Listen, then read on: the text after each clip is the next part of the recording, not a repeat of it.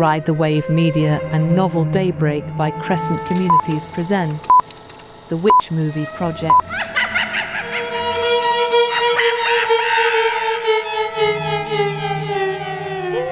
Oh my gosh, I'm scared already. Are you scared, Courtney? Oh yeah. The violin, the witch laughing, like what in the world have we started here? Like, what is this? What is this? Why are we here? This is the Witch Movie Project, as you probably have figured out by now. If you've clicked on this, you've seen it, you saw the logo, you saw our amazing pictures. We got those taken down at the mall. Remember that, Courtney? Remember? Yeah. Yeah. Had to polish my horns. Yeah, right. So let's tell people out there how this project really came about. And you know what? I'll just tell you that this is my selfish project. And basically, these were the movies I was going to watch anyway. I just was looking for a sucker to talk to me about them with. And instead of a sucker, I found a real witch who could actually bring some insight to these movies that I really do love the horror genre, period, and then the subgenres of witch, folk horror, all these other things. And Courtney here, Courtney Pearl, host of Practically Magic on Ride the Wave Media. I'm just Blane, by the way, host of Radio Daybreak, CEO of Ride the Wave Media. But Courtney, the witch, tell me, when I asked you, how did you think this was going to go? Well, I love movies. And I thought to myself, there's probably a lot of movies made about witches that are portraying them in a certain light. Maybe I can bring some insight into paganism and also share my love of the movies and how they're made. You do that very well as we've been working on this. Now, we've been talking about this all summer long, and we had a list of probably 40 movies, and then we narrowed it down, and then we decided to pair these movies up. Courtney, tell us how this is actually going to work for the people out there. This is the first episode, so you haven't missed anything yet. Oh, yeah, and you can always go back. Yeah. We have 2 movies we're reviewing every episode. Well, sometimes there's a little bonus third one. I'll just tease that out there. Oh. But we have 2 movies each week we're reviewing, picking apart, going into detail about, and even sharing some of our experiences with this movie and watching the movies. And it's all leading up to a final event, a live podcast of our show while watching a witch movie with us. I cannot wait. Listen, this event is going to be on October 26th, presented by Novel Daybreak by Crescent Communities. We love this place. There's their logo and their card. Listen, we love them. I fell in love with this location the first time I ever walked there, and we've been at Novel time and time again now, and I can't wait to go and partner up with them and have this event, because literally this is going to be us doing a live podcast taping and showing the movie that you guys vote. Is that how it's going to work? We're going to let them vote between 2 movies, and we're going to break it down. And yeah, I can't wait. And this is kind of inspired. I'm not going to say it, kind of. This was inspired by Joe Bob Briggs and what he's done for 40 plus years of keeping the drive-in alive. And we're just going to have to do a drive-in inside because we don't have one yet. But yeah, this is a passion project, and I'm super excited about it. Courtney, I know you're amped up about it. Like, how can you not be? I'm all in. All in. All in. The first episode, stick around for it right now. The first 2 movies were not witch movies, but they're folk horror movies. And I think it's going to be a really good setup and foundation for the rest of what we talk about later on as this series progresses, takes you through September, October, and who knows, it might go forever, for eternity. What do you think, Courtney? Could you do this forever? Possibly. I hope we get not only invited to host some more movie screenings, but hey, maybe we end up in our own horror movie at some point. What do you think about that? Hey, and I'd be open to doing a rom-com series for Valentine's Day or something like that. I love that idea. Let's go see this first episode. Make sure we get some people hooked here before we start planning the rest of it, all right? Okay. All right, Courtney, let's get to our first two movies. I know we set this thing up as like the witch movie project. Our first two, though, don't necessarily involve witches. Am I right? Per se, right? Not on the surface. Not on the surface. We are actually going to start with the folk horror genre. Am I right there? That's what this is. It's folk horror, and we don't want to give away the movies just yet. Even though you probably just read the show notes or the title and figured it out, but let's just say that one of these folk horror movies started this whole thing. It started the genre. It very much inspired the other one. Now, I'm not talking about Blood on Satan's Claw. That was 1971. That was a little bit earlier. Or The Witchfinder General. That was probably your first folk horror movie in 1968.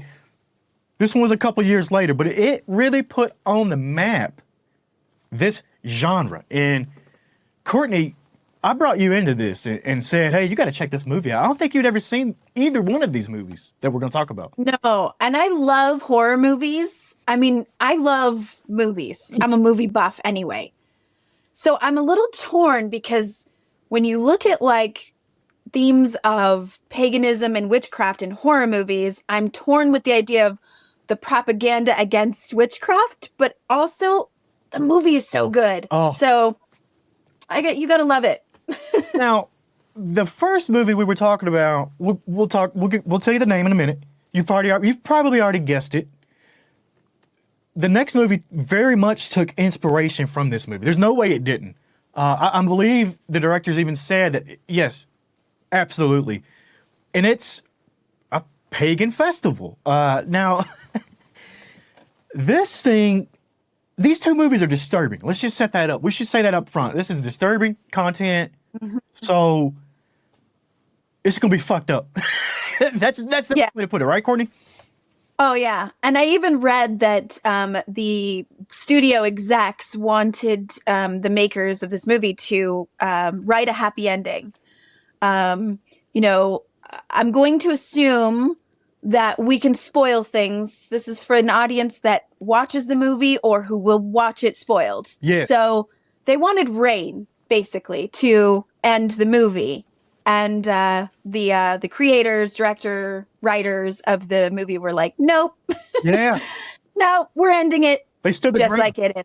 They stood their ground, and that even back, that's hard to do in Hollywood. That's hard to do at any time in Hollywood. The first movie we're talking about is The Wicker Man. Yes. Point blank, Wicker Man, you've already guessed it. And our second movie, Courtney? Midsommar. One of them, 1977, so not the more recent Wicker Man, right? 1973, 1973. 73, right. Yes. We've got a movie from 1977 on another show. That's Suspiria. Oh, yeah. I got it mixed up. So that's a teaser for the next one. There you go. But let's start with Wicker Man. Yes. Now, this thing, you got some heavy hitters in this movie. You had, Christopher Lee. Yes, who said this was his favorite movie to be in, which I was a little shocked. I mean, he's been in a lot of really good stuff. And he said that not only was this his favorite movie to be in, but he thinks he did the best in this movie. Yeah. Of all the movies that he's been in. Yeah. He praising his own performance. So I'm like, that's a big deal. Now, I know Christopher Lee even would take interviews with anybody and everybody to talk about this movie. He didn't take one with us. Yeah. But we didn't ask him. Maybe we'll check it out. Not yet. But he would. So it would be really weird for farmers out in Iowa to turn on their morning TV and there's Christopher Lee there. You're talking about in the 70s. This is before social media. So it's not everybody doing a selfie. So to see a bona fide celebrity on your local television channel, mind blown, right? Like, that's crazy. Yeah. Yeah. And he must have really wanted to do this project because he actually did not accept payment for it. I love that. That's insane to me. Was that amazing? He was so eager to step away from the sort of Dracula villain that he had played. He was sort of getting typecast, and he was so willing to do something different than that he was like, I'll do this project for free. Hey. Amazing, right? Another all-star performance in this movie is Edward Woodward. Now, he's the one who, from the very beginning of the movie, he goes to the island. He's Sergeant Howie, and he goes to this remote, so let's just set it up. He goes to this remote Scottish island because there's a disappearance of a girl named Rowan. Now, when he gets to this island, right off the jump, you already know, like, something's not right. Like, it's sure, it looks bright and cozy, but even when he looks at the dock across the way, something's off. Something's off. It's the atmosphere. Group of elderly gentlemen standing there waiting for him to arrive. Right. I also took note that the boat that brought him from the plane had the evil eye on it, a symbol of protection, or perhaps even, depending on how you use it, it could be towards someone as like a curse. Like, someone's eye is on you, or there's someone's jealous or envious eye on you. So just a quick shot I took note of. Let me give you a little trivia on that boat. So that boat was actually owned by a resident there. That was not a prop. It was owned by a resident there, and they used that boat. That boat stood until about 2004, somewhere in there, and then I think it disappeared or got destroyed. But that was not a prop. The evil eye boat was actually there. That is interesting. Yeah, that means that was still a pretty prevalent tradition there. And I know there are a lot of like remote areas of Italy and islands that still very much in the tradition of using the evil eye. I think it's making a comeback too. So the evil eye is making a comeback. I mean, everybody hits that evil eye sometimes. You gotta lock it in on people. So the movie, though, from there, you just feel this. It's almost like it's like the roller coaster, and it just goes straight down because you start delving into this. You get encapsulated by this atmosphere that's crazy. I describe this movie. When you watch this movie, it's one of those that you're not just watching a movie. You're like, oh my God, there's something special here. This is something different. Whether that's a good thing or a bad thing, you get this sense of dread. Both these movies do this. Yeah. And aren't you just as frustrated walking through interviewing these townspeople when Sergeant Howie is interviewing people? He cannot get a straight answer out of anybody. The group of men on the dock, it's like, have you seen this woman? Have you seen this little girl? Do you know who she is? They're like, nope, no idea. We don't know who that is. And then they're like, do you know this woman? Oh yeah, we know May. She works the post office. And then they're like, well, does she have a daughter? Oh, that's not her daughter though. Yeah. Everywhere he goes, it's like, does this girl exist? And people are like, no, maybe. She may be dead. We don't know. and all along, you can see Sergeant Howie slowly driving himself mad, going like it's taking its toll on Sergeant Howie, and it takes its toll on you as a viewer watching this. It takes its toll on you because you're like, give me a straight answer. Yeah. Because as a viewer, you don't know what's going on. You really don't know. Well, who is this Rowan girl? You're not really sure. All the way up to when he opens up the casket later on in the movie, which we'll get to. But this atmosphere, bright, sunny, yet dark, disturbing stuff happening. It's two giant contrasts of how to make this thing come together.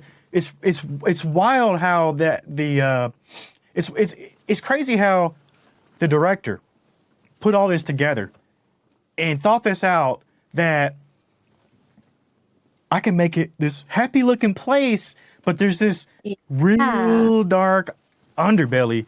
Robin Hardy did a good job of doing it. So Isn't that just similar to Midsommar? It's the same idea. And I'll, kind of get to this later when we talk about that movie. But in comparison, they're both like kind of idyllic places on the surface, right? Like the sunny community feeling. Everyone knows everyone. It seems like this community really does know how to come together and support each other. And there's cycles of death and rebirth, and they're all kind of involved in it. So it's, on the surface, without the dark underbelly of what's really going on, you kind of get a sense of like, well, this wouldn't be a bad place to live. I don't mind this, right? Absolutely. And they paint that picture very well. You're like, oh, it's not that bad. But if you really look, there are tiny details that in both movies that show you that things are not as they seem. You have in the Wicker Man, they're going wild in the bar. Like that bar scene is already crazy. You got and what they're singing about, it's like, ew, like dirty old men talking about the singing some kind of Scottish folk song about the landlord's daughter. And how promiscuous she is. Yeah, it's crazy. And then you had Willow, played by Britt Eklund. Willow, the bar. You got the naked dance from her. Which I have some info, by the way. Oh yeah, go ahead with that. I want to hear that. Yeah. So when doing some research on the kind of background, I looked at Mental Floss had done, Mental Floss magazine or Mental Floss website, did some background on this movie. And it was really fascinating because Britt Eklund, who plays Willow, the landlord, the innkeeper's daughter, she did not do her singing and voice. She had someone dubbed over the singing and voice because she didn't quite get the Scottish accent. Couldn't quite get it right. So that was dubbed over. She had a butt double. So when it shows her dancing from behind, it's not her. I think you can actually see when the dancer does the head turn, you can actually see the face in one shot, and it's not her. You're like, that's not her. No, I think the hair is even like way longer than her hair. Yeah. It's a blonde woman for sure, but it's like, it doesn't quite match up. But what's interesting is that because she did kind of semi-nude scenes in that dancing part, she's kind of trying to seduce the main character. I guess she had dated Rod Stewart later, and he was very jealous of her having done those scenes, and he tried to get the negatives from the film and burn them or destroy them because he didn't like the fact that image and her nakedness was out there in the world and things like that. He wasn't able to get the originals. So it's just interesting. I do think that the movie was banned for just a little bit when it first came out because of that. Even though it was a butt double, it wasn't even Britt Eklund. Yeah. It was just the topless scenes with her. Anything below the waist was not her, but he still held it up, that's wild.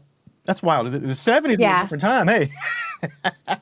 I know. It was interesting. It was interesting because I had seen many movies from that era. Yeah. But I did make note as we were watching like the opening sequence, and he gets to the sweets shop to talk to what's supposed to be the missing girl's mother, and the woman's daughter is there, and she's painting a rabbit. And I just took note of like the aesthetics in that scene. I was like, why are all the sweets in the sweet shop? It seems like the sweets and stuffed animals made around that time are all so hideously ugly and creepy. Yeah. I had to write it down. I was like, why are they always so weird looking? They weren't cuddly or sweet or delicious looking. They all look a little off, gross to me. Yeah. Maybe it's just my when I was born time period, but that's just me. But we got to talk about that. We got to talk about just the background stuff, the set. Like there's hints and stuff all throughout both movies. Wicker Man, like I said, the bar scene. I mean, the hotel itself is called the Green Man Inn. Green Man Inn, yep. Like that's there's got some relevance. Great to the god of the forest. Green Man is something that even in today's neo-pagan circles are very well known. He's the cycle of birth, death, and rebirth, which is a theme that you see a lot in this movie. So Green Man Inn, it fits definitely what I have to say about in the making of this movie, both movies actually, is I'm impressed with the research done. Yeah. I actually expected a lot of things to be incorrect and made up because I don't know. I just thought a movie being made in 1973 would be like, we'll just throw a bunch of stuff that looks pagan or that looks like what we think pagan is, but we don't, we don't have to be real about it. But I'm impressed. They did their research, and a lot of the stuff in this movie is from actual pagan influences. I mean, so the apples. I mean, is an apple not a symbol of something that's pagan? Tell me, do you know what that is? Like, what is that? Because they were everywhere. Well, and even very early on in the movie, you start seeing the apple pop up. yes. And the apple is a very, very prominent symbol of the Isle of Apples, which is the Isle of Avalon in King Arthur tradition, or in the legend of King Arthur, Arthurian legend. Arthurian legend, yep. Yes, the Isle of Apples is the island shrouded in mist that is, from the other world, and it's where the witch of Morgan Le Fay, Arthur's sister, lives, and he gets taken there for healing. So, a place of evil, a place of magic, or a place of healing. It can be all of those things. It's referenced as all of those things. And so apples and apple orchards you'll see a lot of that symbol. What other? The star that you make when you cut an apple, the seeds are in a 5-star. There's symbology in that. So interesting. Yeah. Now, what other symbology or symbolism did you catch in this movie that I might have missed? Because my non Celtic priestess eye didn't miss some stuff. So what did I miss? Yeah. Oh, that's what I was looking for. I was like into it, looking at all of the like corners of everything, looking for symbols. I did notice that some of the lyrics in the songs, as you're listening, I always watch a movie with subtitles. So I got to write down like some of the symbols. One of the lyrics in the song said, "Fair maid, white and red." I believe it's Willow singing it when she's seducing the sergeant and with her little naked dance that she's doing in the other room. But she talks about fair maid, white and red are symbols in England of like the black and the white, or the dark and the light. The colors on the English flag on the royal crest are usually white and red. In Glastonbury, they have the sacred springs, which are the white spring and the red spring. Interesting. So part of it symbolizes like divinity, some of it, and then the red symbolizing like the blood and the bloodline of royalty. And I think it's really interesting that, and I'm going to kind of skip around a little bit because I'm talking about the ending a little bit for a second. They needed somebody who was a virgin, right? And if you've seen the movie, you know what I mean when I say they needed someone. Yep. But she's trying to seduce him here. She's trying to see, like, she's testing him. And in a lot of Celtic folklore, there are sovereignty goddesses. And the sovereignty goddess's role is to test someone to make sure they're worthy of something, to be worthy of kingship, usually. So, here we have Willow kind of playing the part of this sovereignty goddess. She's kind of testing him with her, like, I thought you were going to come to my room last night. And he's like, oh, well, I actually don't believe in that before marriage. Yeah. And she's like, too bad. And we find out later that was actually an important part. Like, they needed that, right? So it's just interesting. If he had fallen for the siren, Willow, yeah, would the movie just have ended there with a nice sex scene and we're out? Because they wouldn't have had a virgin anymore, right? Yeah. I wonder that. I thought about that. I'm like, maybe it would have saved his life, if you will. A crazy sex will save your life. I don't think we can actually promote that, but sure, I mean, in most horror films, sex is usually the thing that gets the people killed, exactly. Right? So I mean, that's usually typically the theme that we see. So I love that. In this case, we're on to something there. There's something there. Now, we got to talk more about this music, because one of the main symbols in this thing was the maypole. Now, yeah, Oh, I gotta talk about this. You already know. Is that not interesting? Now, when we see Sergeant Howie walking through, and he walks past the maypole with the kids dancing around it, and they're singing that song. The first time I saw, I had to run it back. I had to run it back and see and hear this song again. But I've got the lyrics. I did too. I wrote them down. I'm like, ooh. It's the one where it says, "In the woods there grew a tree, and a fine, fine tree was he." I might have to go out into song here. And on that tree, Could be musical. Yeah. And on that land there was a branch, and on that branch there was a nest, and in that nest. Now this thing just goes on and on and on. And it goes all the way to from that grave there grew a tree, which is the whole cycle of it, right?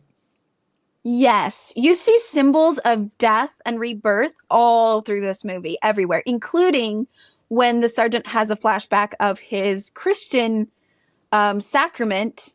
They're talking about resurrection and the death of Christ and the rebirth of Christ. And so even in his Christian come from, we're seeing those same symbols come through this movie over and over and over again, which is fascinating. And the maypole, that song, for sure. It's talking about like the cycle of death. It says, on the tree made a bed, on the bed laid a woman, on the woman there was a man, from the man there came a seed, from the seed there came a boy, from the boy there grew a man, and from that man there was a grave.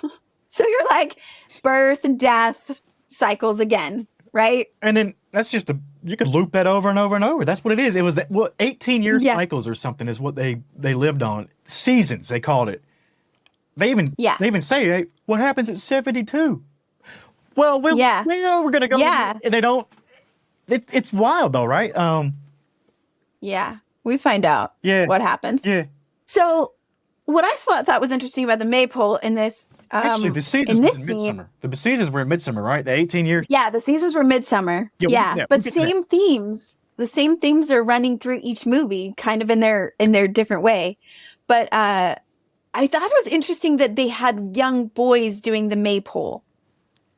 That's not typically what you see in pagan situations. I mean, like, just from what I know about the tradition is that it's usually the maidens or the young women of the village that are doing the maypole, because the pole is itself a phallic symbol of fertility. We see that in Midsommar. We see nothing but females around the maypole in Midsommar.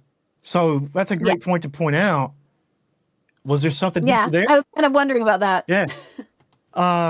That's interesting because, I never noticed that. Thank you for pointing that out. There is this huge clash, though, of the religion and culture, basically. I just call it culture because they even tell them, this is the culture. Both movies tell you, this is the culture. This is what we're raised in. This is what we're happy with. But the religion side is like, no, you can't be happy with that. That's not how it works. Mm-hmm. When Lord Summerisle and Sergeant Howie meet, and they have the discussion, and he says, you've got fake biology, you've got fake religion. What is this? And he says, basically, he said, did these kids even know who Jesus is? And he hits him with that one line, basically, where he says, wasn't Jesus born a virgin and by a ghost? And yes, I wrote that down too. I was like, perfect. You see his face. You see Sergeant Howie's face, and then Lord Summerisle even says, "Sit down to absorb the shock." But it's when you put it in that context, he just made those. He made their culture, their paganism, even with that first world religion. We'll just call it, because there, the stories without the names on it was no different, and he showed him that. That was that was right in the middle of the movie. To me, that was one of the hardest hitting moments in that movie to show it together. Yeah, because it shows you that it doesn't make, like, even if they're all just stories, or let's say they're all made up, these gods, these deities, these whatever it is, or Jesus born from a virgin, conceived by a ghost, it doesn't make any of them less sacred. You can argue that they could all be just as sacred. It's the meaning we put behind it. It's the devotion. And obviously Sergeant Howie is very devoted to his faith and very devoted to his values. But what we're seeing even in today's culture is, when does that, perpetuate onto other people and what they should or shouldn't believe? I love the way that the school teacher explains death. And she's like, well, when we die, we become the trees and we become the plants and we become the air. And it reminded me of when an interview with Neil Tyson deGrasse, the famous scientist, most people know.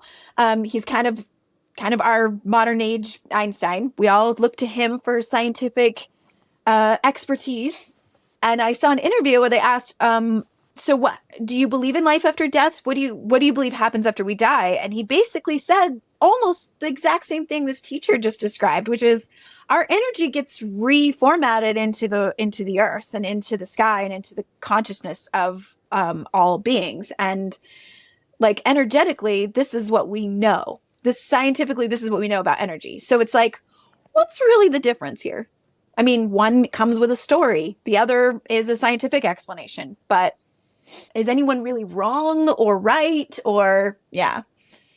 So it's very interesting. And I love how, I honestly, in the 70s, I wonder how this went over. I wonder in that era, were people open to this idea? Were they like, oh, yeah, I'd love to live on this island. Who cares? Like, that sounds like my kind of living. Or is it terrifying? Like, you see that Wicker Man. The only modern day thing I can think of for that here is Burning Man. But they don't put a person in that statue when they burn it. How about that reaction?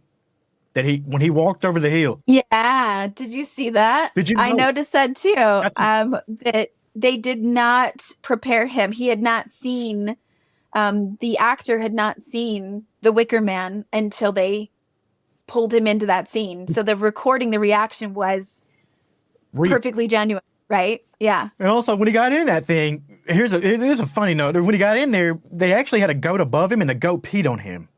So that's real. Yeah. Actually, that too. Yeah. No animals were harmed in the making of this movie. However, the goat did pee. So I bet that he was a little bit. Edward Woodward gives a hell of a performance right there. I guarantee he had to be terrified out of his mind, because they actually burnt that thing. Like, and I don't know what that consists of. Like, I don't know if that's a couple of guys drinking a 6-pack of beer saying, "All right, we'll get it here." I don't know. That's how I would run it, but I'm not an arsonist or whatever. What do you got to have a legal license to do that? Yeah. Well, I do want to note one thing about the scene when he comes back to talk to Lord Summerisle, when he's playing the piano and they're kind of discussing, it was the second time I think that they came back around. He is wearing a lace collar. I think they call it a jabot or jabot. I'm not sure how you say it, but I said if he wanted to get away from the Dracula performances, this maybe wasn't doing him any favors. Yeah. He was wearing this very Dracula-like outfit, but with a Scottish kilt that was Royal Stuart plaid. It was the red plaid kilt. Just if anybody wanted to know what the name of that specific Scottish plaid kilt he was wearing in that scene, that's what it was. Royal Stuart. I love that. Hey, well, I might have to have that for my Halloween costume this year. That's a good one. Yeah, I'll have to do that. Yeah. So this movie, the end, it really just boils down to it's a powerful commentary on, in the time, it was a powerful commentary on the clash of beliefs, whether it was pagan, whether it was religious, and the power of community. Because that community, there's no change in what they were doing. Yeah. And I think that's a very key takeaway to take from this as a overlying theme. It was clash of beliefs versus the power of community. Yeah, and they did stick together, and they would have to, right? Because obviously this man was a sergeant, a police officer in Scotland. He's going to go missing. Yeah. He says at one point he has a fiance. So I think that the community is going to have to stick it together to, close the community and be like, we take this to our grave. If someone comes looking for him, we don't know where he went. And they all stuck together with the story of Rowan, the missing girl, so that they could trap him. And they did it. But I would argue one thing that is something to think about when it comes to these beliefs is I don't know many pagans personally that would actually sacrifice neither animal nor human for any reason whatsoever. But I mean, which is the worst crime in that a human sacrifice once in a while versus the damage done in the 15 to 1700s by Christians who were colonizing and burning witches and taking over and genocide and yeah. So I mean, you could kind of like outweigh the evilness there or the sin. Which beliefs have the worst of it? I don't know. Something to think about. Yeah. But final thought on Wicker Man, and then we're gonna get to Midsommar. Yeah. What do you got? So my biggest takeaway is going to be in both movies the comparison of the main characters. So you have Sergeant Howie. He's sticking to his Christian beliefs, even to the very end. He's like, I will be resurrected in the name of the Lord Jesus Christ. I mean, this is a very big deal for him. This is like, he's thinking these people are all crazy and mad, and I'm the right one. I'm the one who did, stuck true to my faith. He's a martyr. And then you have the main character in Midsommar, who I believe the theme of that movie is similar to this outsider coming to a community, and it kind of is her story of embracing it more than it is her being like, no, this is wrong. I'm sticking to my guns about Christianity or my other belief, or whatever beliefs I have or whatever. It's a different kind of a story that we end up with, right? Yeah, it's totally opposite, honestly, like the way you lay it out right there. So let's get into it. You want to get into Midsommar? Oh yeah. I'm excited. I love this movie. I enjoy this movie but not in like a joyful way. It's tough to watch. It is tough to watch.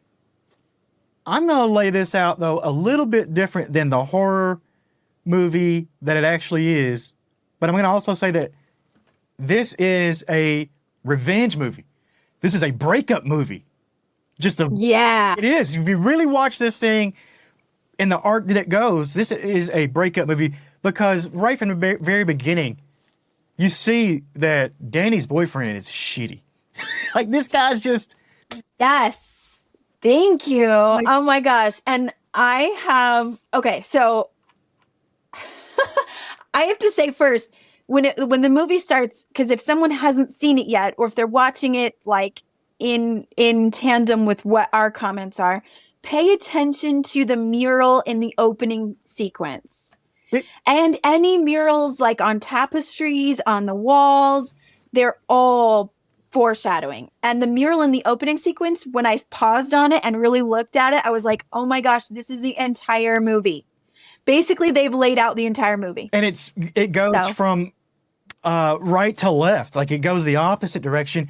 And I wanted to note also on that mural is bright, it's colorful, and then what happens? It opens up in the middle to the darkest, most dreary-looking scene. It's snowy, it's isolated. We haven't used that word yet. Isolation was both of these movies was the biggest thing. When going back to Wicker Man, when Sergeant Howie, when he finds out his plane can't start, that sense of isolation and alone, you felt it with him. You're like, oh no, he's trapped. Same thing. Yeah. Same thing from the very opening shot. There's that symbolism that Ari Aster, the director. I can tell you right now, he did not plan this to go from this bright mural who told the whole story to this underneath it dark. Damn. Winter scene, yes. And filmed in Utah, by the way. Oh, whoa! Now, hold yes. on a minute. This was filmed in Utah? I might not have known that. We should have went. That opening scene with Danny's the main character, her parents and sister and their home. The home was a home in Draper. Oh. And that scene, the winter scene is the Salt Lake Valley. We may have to go out there and get some footage over there. I might have to go tour the house. We may have to go see that. Yeah. I don't know. Find The it. bad stuff Yeah. happened in that house in the very opening of this movie. Mm-hmm. We see something that's so disturbing that you're like, yeah, this movie's gonna fuck me up. Like it's Yeah, definitely has to set the stage for the grief, right? There has to be this intense, traumatic, heavy grief that the main character Danny is coming from. Yeah. Like right from the beginning, right? And this is all within the first 12 minutes of the movie. This is before the opening credits. You basically get to see how shitty her boyfriend is, blowing off her, basically worrying about her sister not texting her back, calling her back. She can't get a hold of her parents. You can see the dread in her, and her boyfriend just, he's smoking resin or something, whatever he's doing. And the weird thing is that he's such a piece of shit that he doesn't notice that she is completely disturbed. And if somebody's acting like that, they've got some intuition. Something's wrong, you know? So him already not being there for her sets up some stuff for later. Yeah, and I have to say all of that, and there are several points throughout the beginning, probably the first half of the movie that set this up. But the experience that she has with boyfriend and his friends, it was so triggering to me. And I'm not alone. This is why I'm mentioning it, because I am sure there are going to be other young women or even middle-aged women like me who understand that feeling. Because I was coming from a space in my youth where I didn't have a lot of friends of my own. And so when I met my husband, who was my boyfriend, he and his circle of friends became my social group. Completely. Like I was alone otherwise. And so there were times when, you know, he would want to like go hang out with his friends and I would be the tag along girlfriend, right? That awkwardness that's like, and they make her feel so crappy about herself. It was like, oh, I know this is all too familiar. I know this feeling. Not that anyone purposely made me feel that way, but I know that feeling. And I felt for her because she was just trying really hard to just be as small and unburdened, not a burden to this group as possible. And yet she still was made to feel like she was the burden constantly. After going through the biggest tragic events that you can possibly think of, and she walks into the room and they're like, oh, they're like, oh, I guess you can come to Sweden with us. Sure. If you think her boyfriend Christian isn't bad, or isn't bad enough, there's his friend Mark. He's a shithead too. And I hate Mark. I am so okay with what happens to Mark. Okay. I want to go back to before the opening credits, where you even see who, Ari's name and the name of the movie.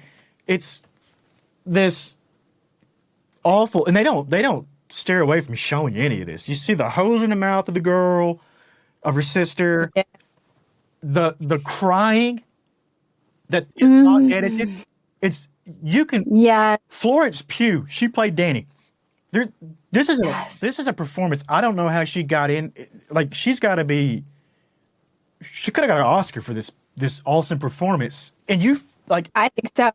I hurt for her. She's incredible. Yeah, the grief that she shows. Oh my gosh, you can feel it in your body. You can feel it. And the rest of the movie, she's incredible. it really sets the tone for the rest of the movie because this is not gonna go good. They go. What about, hold on, before they get to land in Sweden, what about that transition that the Pele, the Rico Suave here trying to swoop in. He's the only one that likes Danny being around. And he gives her those seductive eyes right from the get. Yeah. Go ahead. Well, that's really setting something up. This is setting up the theme of belonging. Like, she does not feel, and she's made to feel like she does not belong here. She does not belong on this trip. She does not belong with Christian. Christian is kind of like not even really hiding the fact that he was gonna break up with her, and now he feels like he can't because she's gone through a tragedy, so he kind of has to stay with her. And he's not hiding it well. He's definitely treating her like, I mean, I'm going to a party, but you don't have to go if you don't feel up to it. Yeah. And then gets there, and then she finds out, oh, you're going to Sweden like in 2 weeks? Yeah. Like, yeah. Yeah. And he's like, well, I was gonna make me think about it. Well, Pele, he does not have to work very hard to go to look at her and to just feel, have a conversation where she feels like, I see you. I'm sorry for what happened to you. Happy birthday. Like all of these moments where he gets a chance to be like, you deserve to be seen, Danny, right? Yeah. Draws a picture of her, like a beautiful picture. Like, oh, it's just something I do for people's birthdays. Yeah, right. Come on, man. We see through this. But the transition from when I'm going to talk about the actual film transition before they get to Sweden, when she's talking to Pele and she gets upset and she goes into the bathroom, and then she's in the airplane bathroom. Did you notice it? Yeah, that too. I love that. Ari did a great job of somehow putting that together where you, as a viewer, you didn't have a choice to get out of this trip. You're there now. You're already You're already on the plane. You're going to Sweden. So it's almost like you're isolated as a viewer. Yeah. But it makes you feel everything from her perspective, because you're feeling like her, like, bam, all of a sudden she's on the plane. I mean, this is probably what it feels like. In grief, there's like no weeks and months. It's just like everything is happening right now, and she's propelling forward based on just momentum, not really because she's got any energy to go through it. And I was going to say lots of foreshadowing in the beginning. If you notice in the parents' bedroom, there's a picture of Danny on the nightstand. And then there's a crown of flowers right over the picture of Danny. So lots of cool foreshadowing going on in the opening sequences. I don't want people to miss that. What else is in that opening? Because I love that. I want to know more about that kind of stuff. Yeah. So let me see. I wrote down some things that there's a picture, and I'm not sure if it's Christian's room or Danny's room, but she's in grief and she's kind of sleeping. There's a picture on the wall of a bear and a princess kind of like hugging the bear or kissing the bear. There's a name for that painting. I can't remember what it's called, but that was also an intentional foreshadowing there. So you want to watch out for stuff like that. I love that. So they land in Stockholm and then have a 4-hour drive. I didn't even know you could drive 4 more hours after you land in Stockholm anywhere. Like, I thought it was, I've never been over there. I love the Swedes. I do. I have some friends who live over there, and I've always wanted to go over there, but I don't know about going to one of these things. But it does look fun from the beginning. Mm-hmm. They get there, Pele shows them, they brings them out down this dirt road. It looked a lot like where I grew up. Until you get up there and he's like the young kids or whatever it was. And this is the beginning of the Horga community, the Horga community, I believe it was. Yeah. Cool. They get off. They're like, oh, we're on vacation. Oh, here's some rooms. Yeah. Sounds amazing. Again, another opportunity to make Danny feel like a burden, because she's like, you know what? I think I maybe want to get settled in. Yeah. Before I do all that, but that's fine. You guys go ahead. And then Christian's like, well, no, I feel like I can't do it right now. And then he's like, we're going to wait. I'm going to do it with Danny later. And then Mark's like, what do you mean later? And it's like, that scene was just, again, another reiteration of like, here's Danny tagging along the girlfriend. Christian won't go on a trip without her. All that kind of, yeah. Yep. And his friends aren't the best people anyway. Honestly, Josh is not a bad dude. Josh is going over there for his thesis. Yeah. Like, he's going over there, taking in the culture. He gets into a little trouble later, but we'll get to that. Yeah. Literally 30 He's minutes in. This is fun. Like, we're tripping balls. Yeah. Then it starts, you're like, wait a minute. Something's not feeling right. Even when she looks down at her foot and she sees the grass growing through, you're like, or the hand or whatever it was. I'm like, yeah, the grass is going through her hand. So again, you're seeing it from her perspective. So she's like, and then someone mentions family and it triggers her and she's, having a bad trip because she's like, but you're feeling that disorientation with her, aren't you? Like you're feeling like how I imagine I would feel on shrooms when I'm like not feeling so good. And I'm like, oh my gosh, where am I? I want to feel normal. She just flew to the middle of nowhere, halfway around the world. Mm-hmm. On top of that, you got the sun. Yes. Orienting is to a viewer, to who's there. It's crazy because one of them asked, they say when they're on the shrooms, what time is it? And he says 9 o'clock. And that's when Mark freaks the fuck out. It's like, no, it can't be 9 o'clock. It can't be 9 o'clock. And they freak out because it's broad daylight. I did notice there's a little, I don't think it's an Easter egg, but maybe it is. But in Wicker Man, he asked, what time is it? And she says a little after 9. So I noticed it was 9 p.m. for both Wicker Man and Midsommar. So I thought that was kind of cool. To get that disorientation because it is disorienting. I don't know if you've ever been up north, but I remember going to Alaska, visiting Alaska. And when we arrived, it was like 10 p.m. We were going to check into our hotel. Total daylight outside. I was so disoriented. I'm like, Mark isn't wrong there. That's disorienting. That's uncomfortable when you're not used to that. And you're like, wait, people are out mowing their lawns right now. It looks like the middle of the day and your mind is like, it's supposed to be night or bedtime or something. But I wrote down in my notes, it's just funny that you said the friends. I just wrote, Mark is an asshole. He really is. Like, because he's like, everybody lay down. We all need to lay down because I want to lay down. So everybody lay down with me. Come on, everybody. We're doing it with me. I love how he was the one that was like all about everybody do this. And he's the first one having the bad trip and bitching about, everybody lay down. Like that's what I expected from a guy like that. I think we've all known people like that. Yeah. So that's just it. That's in my notes. Just Mark is an asshole. Like we're just agree on that. Moving on. The next day. So after they get there, they get settled, they trip balls, they have all that. 35 minutes in. 35 minutes in is when they actually arrive at the Horga. You see the big open arch, whatever that thing is. Is that symbolized anything or was that just art? The sun. Yeah. They talk about it a lot in this movie. Like we are making these offerings to the sun. The sun is really important at this summer solstice. It's midsummer. So their festival is all about the sun. It's going to be in order to have bountiful harvest, which again is like in Wicker Man, the rituals are all about, coming from a place of survival. We won't survive winter without this. So we are doing everything possible, including rituals and offerings and singings and festivals, to honor the gods of the sun, the earth, fertility, anything that's going to feed us our food throughout the winter and make sure we survive.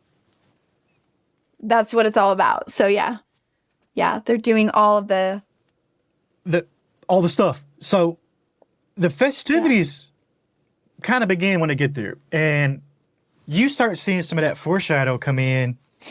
Even when they say, you know what, when he says, "What are those kids doing?" And it's like, "Oh, they're playing Skin the Fool," and they're laughing. Yeah. I noted that the second time. That's not a sure, it's a game for kids, but that's because they're going to do that later in life. Like that was foreshadowing. Little foreshadowing there. Oh, they're playing Skin the Fool. There is one of their party that is going to play the part of the fool, and it's exactly who you think it's going to be. Exactly. And then you see their school, and you find, and this is when it's really, I mean, we've already seen all these red flags of this is something weird's going on here. But this was a real big one. When they go by and they're like, oh, the kids are doing their school. Oh, what are they learning? Oh, it's rune carving class. You're like, yeah. That's not actually school. You're thinking, oh, they're doing math by the rune carving, which comes into play later. Well, consider that the runic alphabet is, and by the way, just to clarify, because this movie did make up its own runes. They call it the elder and the younger Futhark or something like that. They talk about it when they look at the stones. It's based off of Scandinavian and Nordic runes, but it's not like they made it up for the movie. I think probably because they didn't want to associate like these negative connotations with actual culture that exists. But the runic alphabet is that it is just that it's an alphabet. It's letters. So it would be essentially the same as children sitting around learning their alphabet, carving their letters into stones and wood to learn how to read and write. So yeah, we could take it in context with like, okay, so this is just their cultural alphabet. This is their cultural school. I think for me, most of the movie, until you get to certain practices that are inhumane, I think that this commune and society are quite wonderful. I'm looking at it much like the community in Wicker Man at the beginning. You're like, sunshine and roses. These people have it figured out. They're a community. They take care of each other. They take care of their young together. They take care of their old to a certain point. Yeah. I say that with an asterisk, right? Like, now, to a certain, I'll accept that, Courtney, but I'm gonna have to call you out a little bit on that because I think he specifically says something along the lines of they're carving runes. It's their form of power, you know. So he does give that extra piece to that. I love you trying to say, it's okay, it's okay. Yeah, it could be taken that. And also, just so everyone knows, the Nordic runes are a power that Odin sacrificed 9 days hanging from a tree to get the wisdom from the fates. So that is also power. And I don't know, in that context, they're one and the same. They're an alphabet, a reading and writing system. But you could dare say that our modern day alphabet in English has power as well if you decide to put power to it. So cool. I love it. Yeah. After they walk, this is on their way to their room. Then they walk up to this fucking barn. It's just a barn, right? Like that's what it is. Yeah. And you're like, oh my God, like, they're gonna be sleeping in there with like hay and what's happening here? You know, this ain't no Best Western. That's what they're thinking. And they open the doors, and what do they see? Is this the where all of the children sleep? Yeah, where they're sleeping. Everybody's yeah, it's like this I don't know, like massive bunk bed. And it's with the walls, loft, ceiling, and it's beautiful. It's a mural. It's all these. Oh yeah, the carvings and paintings and murals all over the wall that tell stories. I think that's amazing and incredible. But they're also pointing out that like there's fertility symbols on these walls, or like kids sleep here. There's pictures of dicks everywhere. Yeah, I know. It was like all over. It's just sexual positions. I saw stuff I didn't even seen before. Like it's. Oh yeah. Yeah. Can you imagine being a kid? They sleep in there from 0 to 18, he says in the movie. So you're a kid in there and a teenager, and this is what's all over the walls. Would you be more or less sexualized if this was your upbringing? I guess you'd be less desensitized to it, but also that comes into play later when you're just having casual sex out in the park with everybody. I don't know. Yeah. So it's dancing naked out there. You know, maybe it does. I don't know. I don't live in those communities. I don't know if I ever will after watching this. But you mentioned right there the seasons and the 0 to 18. Mm-hmm. We get this info right here from their host. Yeah. We get it. He tells them, 0 to, we look at it as seasons. And that's what I was talking about in Wicker Man, and I confused the two. Mm-hmm. But he says 0 to 18 is like what, spring? And then 18 to 36 is summer. 36-54 is fall. And then, 54 to 72, that's your winter. Right here, a key moment. Yeah. What happens at 72? He looks at them, looks them up. He tells them right there. Across the neck. Yeah. He tells them right there what's going to happen. They laugh it off like it's a joke. Exactly. Now, it begins to come into clearer view for Josh. right about here, because they talk about what is it? The estupu? How do they say this? Oh yeah, I wrote this down. I have to go back. It's that whatever it is, I can't even pronounce it. And Testupa. There you go. A testupa is a ritual of elderly being let go from this life on purpose. And this was in the research of the film. It is something that is done in Norse mythology. So this wasn't something they made up for the film because they wanted to make this commune seem really brutal. But this is an idea that exists in Scandinavian countries, or at least in mythology it does. We can't say for sure that this is something that they practiced necessarily, but I guess we can assume that if it's written in the mythology and if, from ancient times, that there was at least at some point some truth to this. Yeah. Some truth. That's crazy because they don't necessarily know what this is. He says it's going to happen tomorrow. Now, Josh, you see all of a sudden he's like, yeah. He's like, wait. He's already figuring it out. He's like, a real one? And he knows. And they're like, is it scary? And he's like, now, this foreshadows a lot because we at home, unless you Google this or you already know, you don't know what's happening either. You don't know what this word is. It's at the stupu. I can't even pronounce it, much less know what it is. They even say it's too hard to explain. Yeah. Tell them that. He's like, oh, yeah, you'll just have to see it for yourself. And then, okay, so now let's get to that. So, or do you have something else on that note? Well, of the seasons, 0 to 18, 18 to 36, 36 to 54, these are multiples of 9 or associated with the number 9. And that's something to note that because Odin hung from the tree of life for 9 days to gain wisdom, the number 9 is really significant in mythology. So she does say in the opening ceremony, the, what is her name? Siva, the kind of like high priestess lady. She says it's 90 years between great feasts. So this is a great feast that hasn't happened for 90 years. And it'll be 90 I think they still do their midsummer feast, but they're saying something about this particular one only happens every 90 years. And then it lasts for 9 days. So the number 9 shows up a lot. Cool. In that. That's awesome to know too. I mean, that's stuff that we'll be looking out for on other rewatches because I will rewatch. We're not done with this yet. We're halfway through this movie, is all, if halfway, and we get to the dinner. We get to the next day. This is when you're really like, yeah, this is going downhill. Like you just feel like, yeah, this is not normal.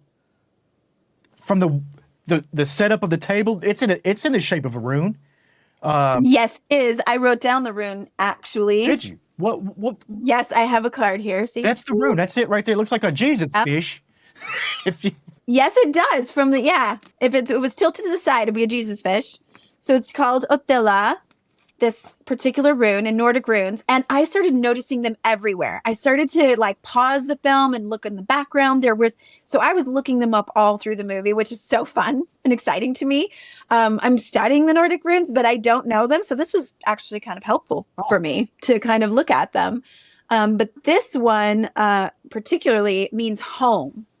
So this is they're all sitting at a table built into this shape, but it means inheritance, property, family, responsibilities.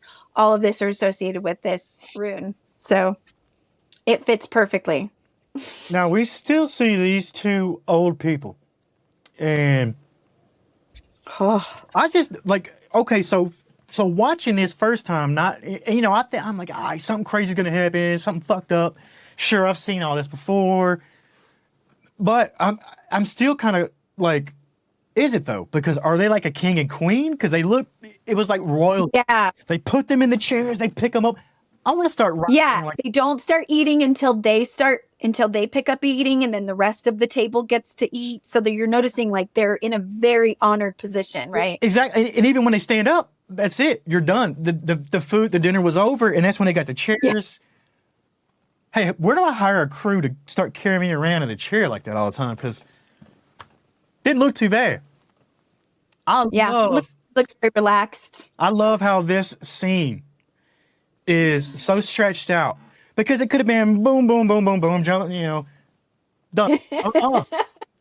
You get to watch them march. You get to see the faces of the Americans who were there, and they're like, I don't know what's about to happen.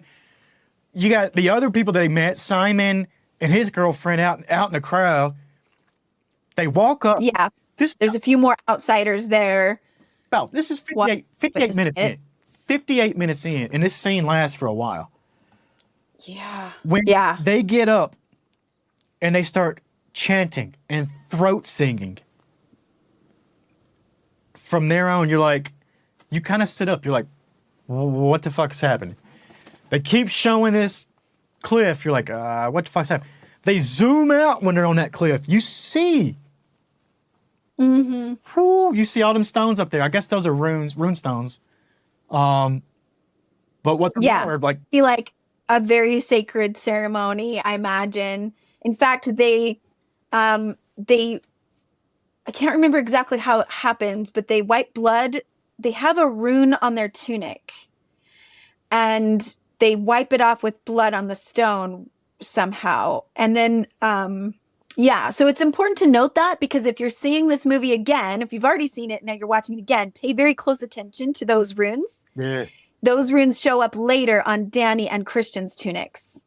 The same ones that the couple who meet their demise, if that's a kind way to say it. I like the way you said it. Now, right here, I gotta say that when you see the shot of the cliff and then they walk out, you're like, oh man. And then they start dancing, you're like, oh, okay. Yeah. There's no cutaways. They show everything. This is one of the, if not the most disturbing scenes you'll see in a movie ever. For sure. Yeah.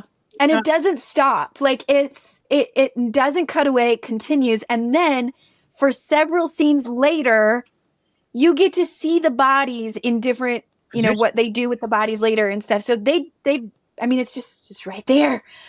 And I'm imagining like children in the village are seeing this. I mean, they're all happy. Yeah. They're all happy. And then Simon and his girlfriend are freaking out. And then,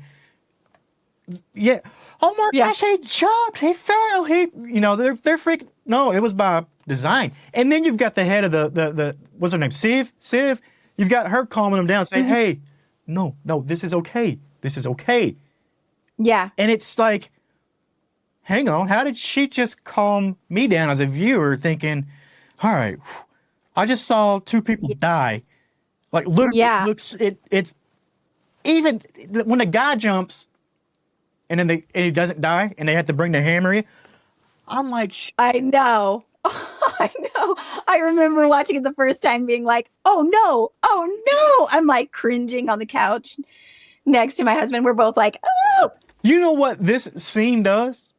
Is make you forget that only less than an hour earlier you saw a woman with a hose in her mouth and all them people dead in the bed. Like that, you thought that was gonna be the worst thing you ever saw.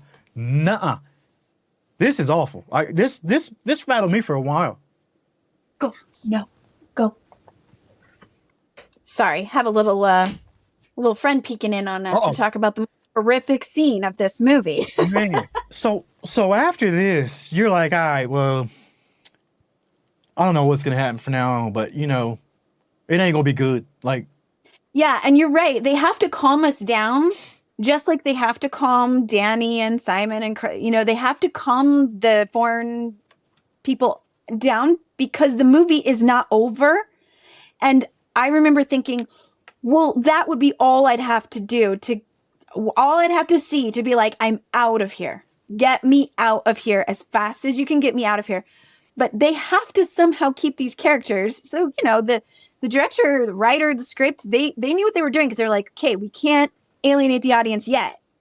This is horrific, but we have to figure out a way to keep everybody there.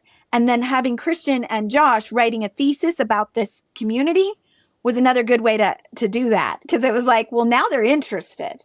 Now they're like, we got to learn more about these people. Especially when they set it up like, no, you can't have any access, and then all of a sudden you get access. Of course, that's going to be like, you're going to be like, oh my God, I'm special. I'm staying. I'm doing it. Yeah.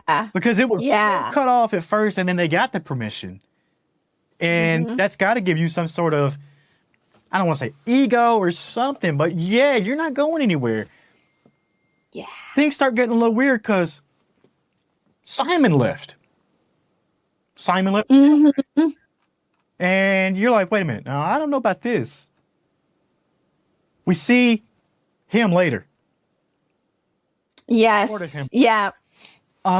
There's some historical context to that as well when we find out what happened to Simon when he goes missing, and they're told he left. He caught a train, and but we do have a conversation between Pele and Danny there. Yep. When she's upset, that again, it's just him being like, hey, Christian forgot your birthday.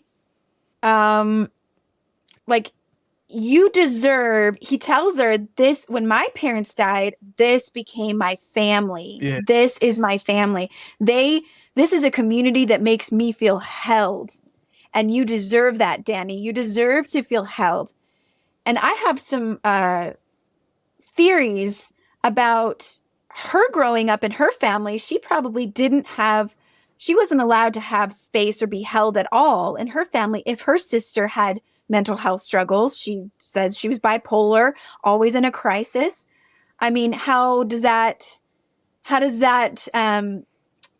meet Danny as a person coming into this community? Sure, she just witnessed something really horrific that's really disturbing, but he's telling her, like, this is a place where you will feel held. You're allowed to take up space.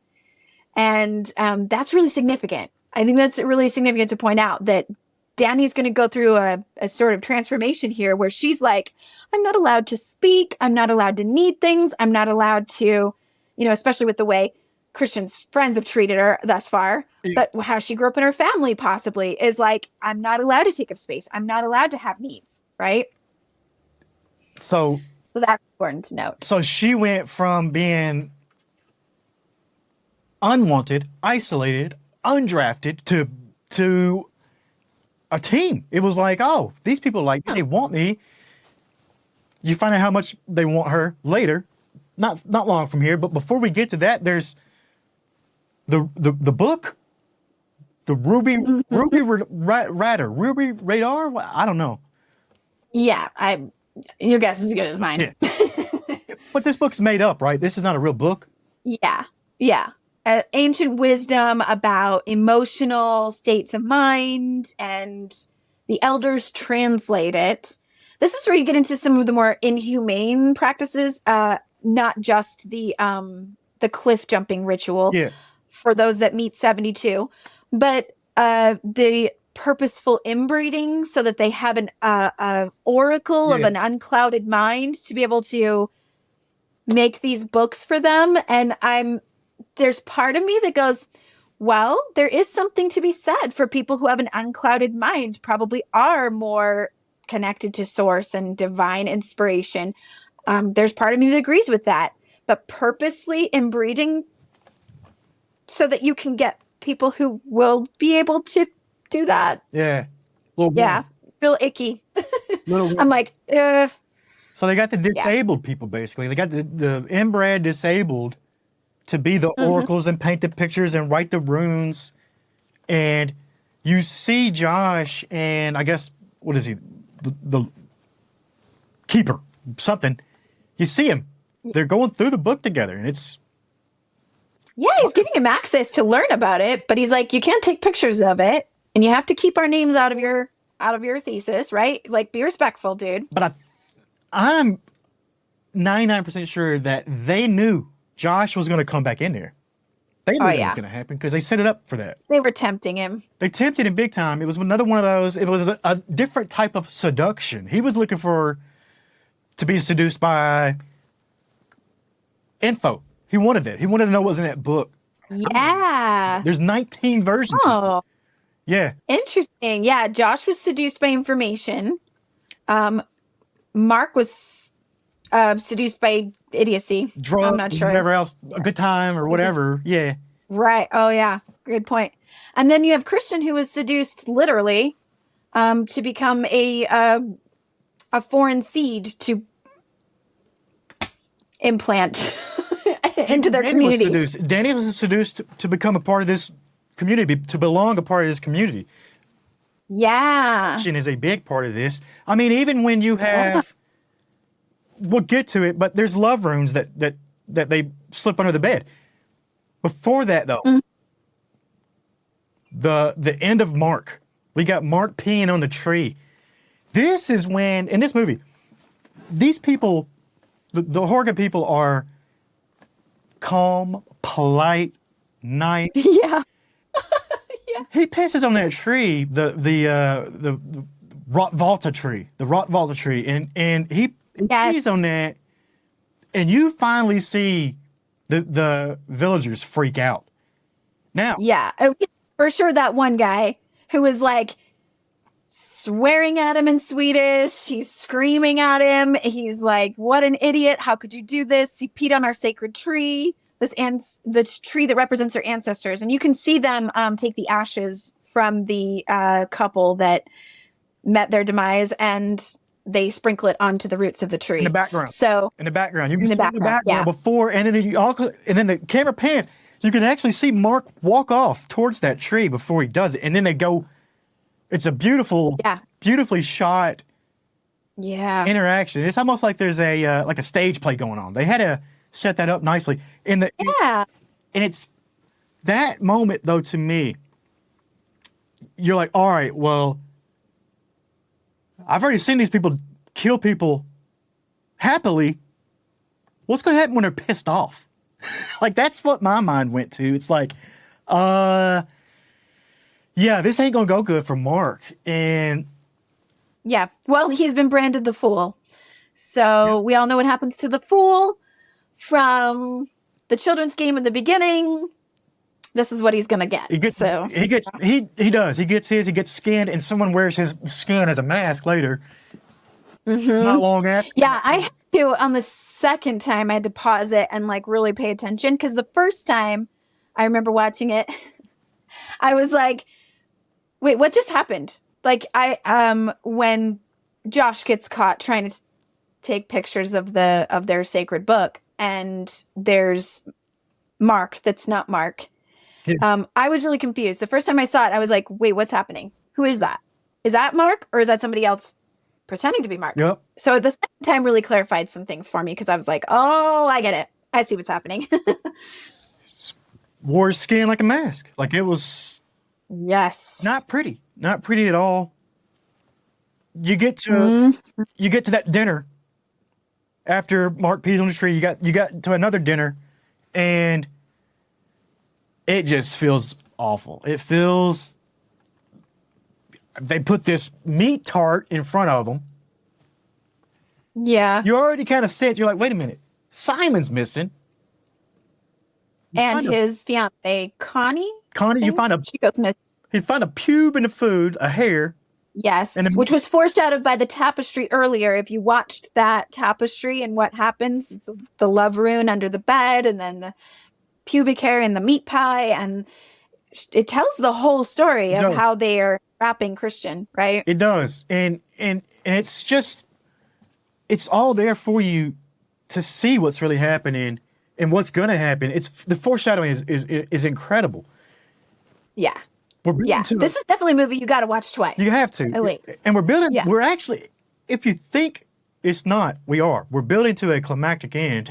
If it hasn't been enough already. Like, this movie really takes you on this, it's an emotional journey that it hits you. It sticks with you. This movie sticks with you after you watch. Yeah. You know, and I'm just remembering too, there's a nightmare that Danny has while she's there after Simon and Connie. Is it Connie? I think it's Connie. When they go missing, she has this nightmare where they're driving away without her. Yeah. Oh, yeah. they're getting in a car and they're driving away. And she keeps having visions of her family dead and, the trauma that she's been through. This isn't surprising, but it all leads back to this idea that Dani doesn't have a place where she belongs. Yeah. And then when she's called in to wear a white tunic and be a part of the festivities to dance at the maypole competition, she's hallucinating these roots growing from her feet, which is very, very heavily symbolic in planting roots and belonging. So it's, it's all tying back to like, where is Dani finding her place where she feels like she belongs, where she's being. Now, I didn't think about that. Now, she's literally growing roots right there. This is after so let's just set this up first, because she drinks, they give her a drink, a little shot of, and I'm guessing it's more of that mushroom tea. They all drink it together. Yeah. All the girls, all the maidens that are participating in the dance. And then they get up and they start tripping. I'm guessing it's that mushroom tea or something again, some sort of psychedelic.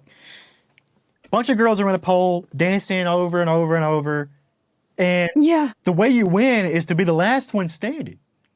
Yeah, it's like an endurance test while hallucinating on whatever the tea was, right? Yeah. It seemed to me the whole time that Dani was just getting pulled along.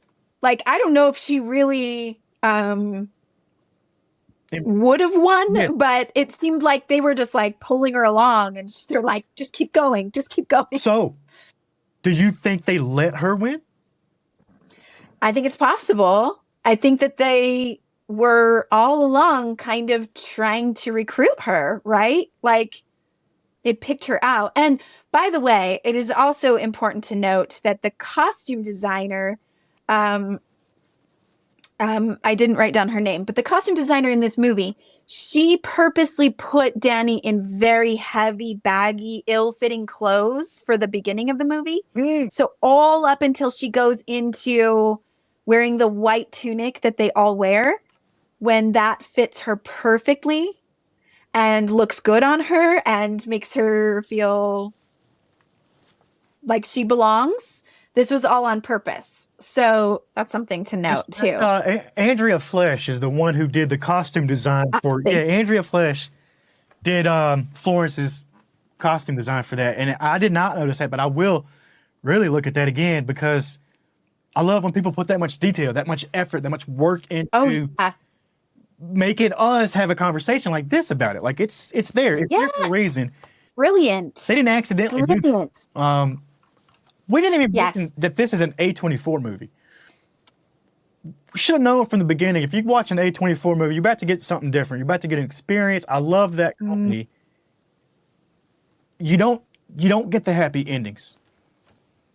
Yeah. They're not going to give it to you. And some people don't like that, but I love that. And this movie right here, you either see it one of two ways. You either got a happy ending or you didn't get a happy ending.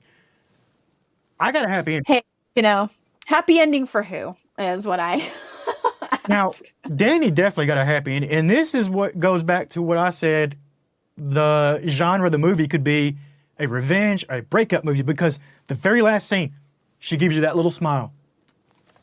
Yeah. And you're like... Everyone's weeping and wailing. It's very dramatic. And she, you think she's falling apart at first. You think she's like reliving her trauma, or, she's going to completely fall apart. But she stands there very still and smiles. Yep.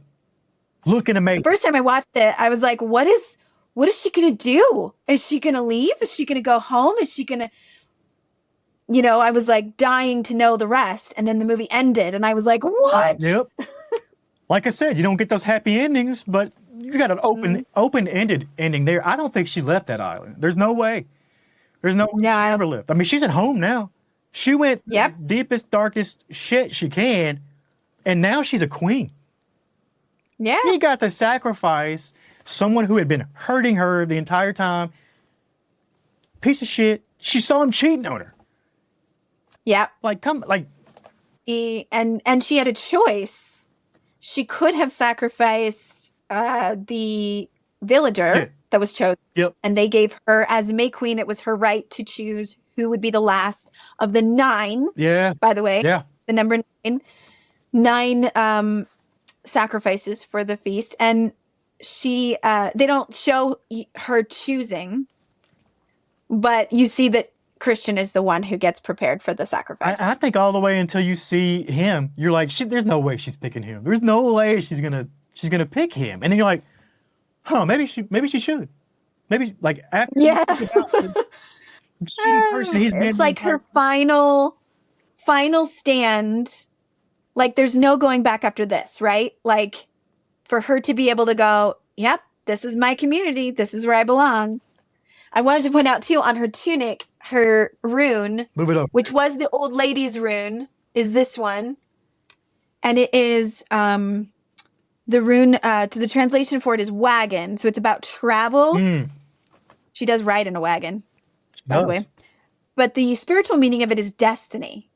So it's almost like this is really fitting for her because this is like her destiny. This has been her entire story up until now. Like she's led to this place, these people, and the one on Christian's tunic, which was on the man, is one of them is this one.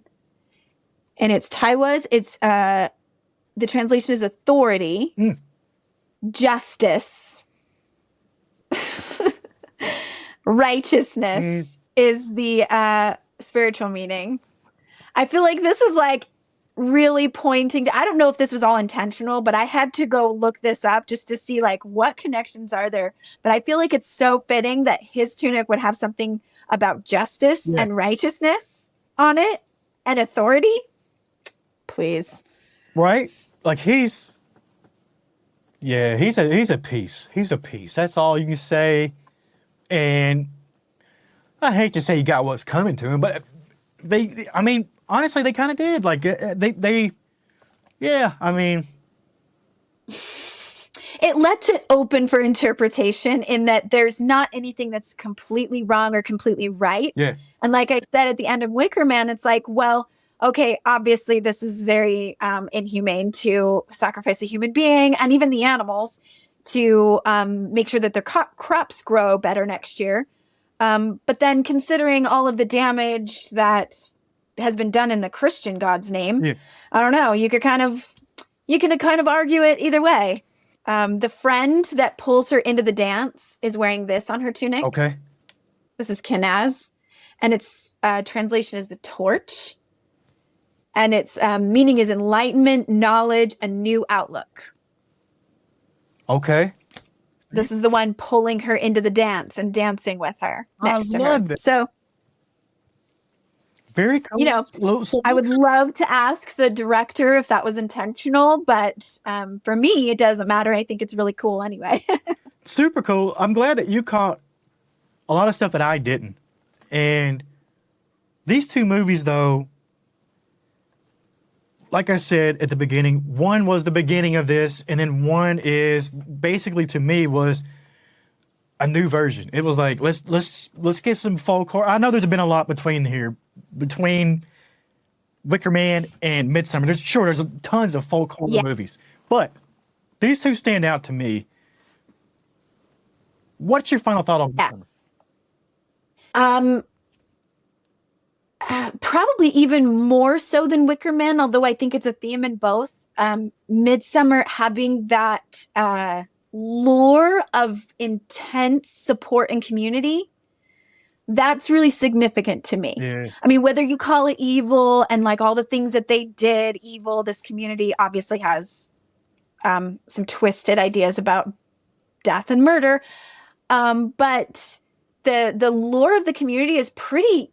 Look how strong that was. Look how powerful that was for Dani to go from, the tragedy she came from, the world we know, the culture we know, and to go into that and be like, actually, this is what I want. And when Christian is going through the ceremony or ritual of what do you call it? Copulation.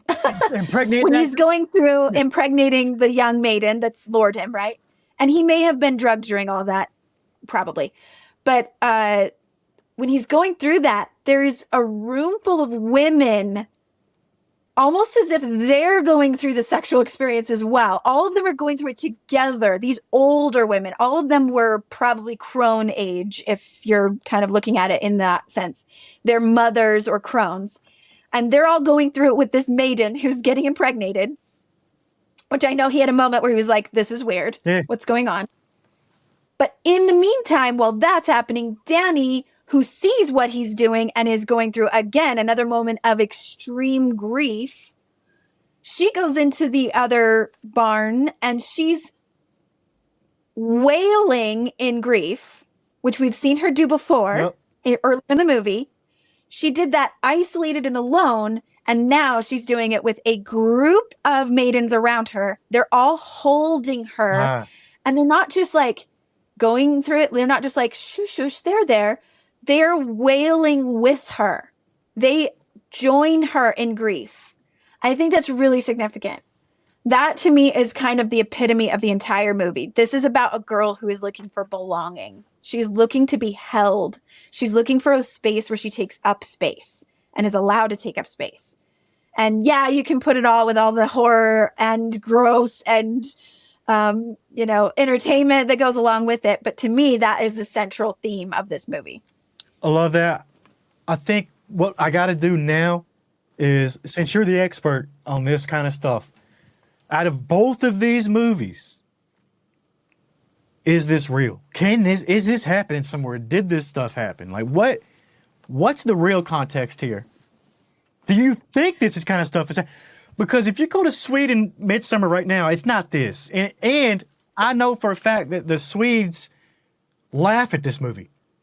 They look at this as a black comedy. They think they really do laugh at the movie. Because it's nothing like what a Midsommar is. But is there somewhere doing this kind of stuff? Did they used to do this? I would say anything's possible. I mean, there are some ancient traditions that have upheld, and there may be, we're not unfamiliar with cults and cult risings everywhere on earth. I mean, everywhere there are extremists, there are fundamentalists, there are people that take their beliefs too far into actually causing harm to people. So my take was, yeah, it's absolutely possible. But my personal belief in Christianity and paganism is that what I would want people to take away from this is that some of these traditions that you see in these movies, like the hobby horse and the those May Day celebrations. So they're celebrating May Day in the Wicker Man. And you see some of those traditions still done. Some of the meanings behind it have changed and adapted, and even Christianity coming in and kind of making it Christianized, like we did with Christmas, and taking Yule and Yule solstice and making it into a Christian holiday. But the hobby horse and the parades that they do at May Day, those still exist in England in small towns, and Morris dancing and a lot of it is making a revival. We're trying to go back to what were these traditions that they used to do? You'll notice in Wicker Man, they have these braided wheat things that kind of hang in the schoolhouse, and they kind of, you notice it throughout the movie. Those are things that I and my friends do at, we just did it at Lamas or Lunestad, our Wheel of the Year celebration. We braided wheat into a sun and to honor the wheat that is harvested right now. So you see a lot of it. And so if you're asking if these movies are real, I would say, yes, there's a lot of real to these movies. Hopefully not the horrific parts, but yeah, a lot of the traditions and stuff are still very real. Well, they make it feel real. I mean, even in Wicker Man, the very opening, you got that opening thing that says, "Thank you to the Lord Summerisle for allowing us to," and I'm like, you're like, wait, is this a true story? Is this a documentary? Like, what is this? Right. Well, I do find it very strange. And there's one thing that in Wicker Man, I forgot to mention is the more English hierarchical role that Lord Summerisle plays. He lives in like a castle, almost like he has been lorded by the king. It's like, that's a little bit contradictory to the pagan kind of way of life that they have on this island. So I don't know where that was supposed to play a part in this, but it's like having him live in a castle and be lord over everyone kind of contradicts that idea. But, you know, maybe they're just kind of marrying those ideas together. It was Christopher Lee, though, so we didn't second guess anything. Yeah. So, I mean, he's a legend. Yeah. He's great. Amazing time. What else we got to say about this? Anything? I think we covered it really well. We've got a lot going on in these movies. So, whew. 2 bangers right out of the gate, Courtney. The Wicker Man.